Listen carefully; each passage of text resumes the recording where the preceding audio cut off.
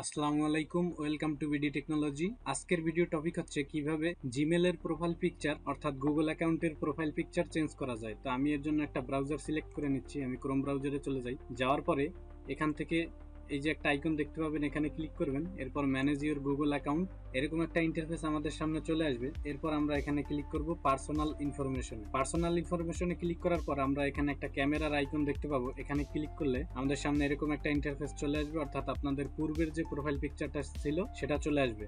তো আমি এখান থেকে এটা ডিলিট করে দিতে পারি, অথবা নতুন যেটা আমি আনতে চাচ্ছি সেটা আনার জন্য আমাকে এখানে চেঞ্জে ক্লিক করতে হবে। এরপরে গুগল আমাকে কিছু পিকচার সাজেস্ট করতেছে, আমি এখান থেকেও নিতে পারি, অথবা আমার কম্পিউটার থেকে যদি আমি আনতে চাই তাহলে আমি ফ্রম কম্পিউটারে ক্লিক করব এবং এখানে দুইটা অপশন আসবে, একটা হচ্ছে আপলোড ফ্রম কম্পিউটার এবং টেক এ পিকচার। যদি আপনার ল্যাপটপ হয়ে থাকে এবং অথবা ডেস্কটপে আপনার এক্সটার্নাল ক্যামেরা থাকে তাহলে আপনি এটা সিলেক্ট করবেন। আর যদি আপনার কোনো পিকচার আগে থেকে তৈরি করা থাকে তাহলে আপনি আপলোড ফ্রম কম্পিউটারে ক্লিক করবেন। এরপর আপনারা সেই পিকচারটাকে এখান থেকে ক্লিক করে ওপেনে ক্লিক করে দেবেন।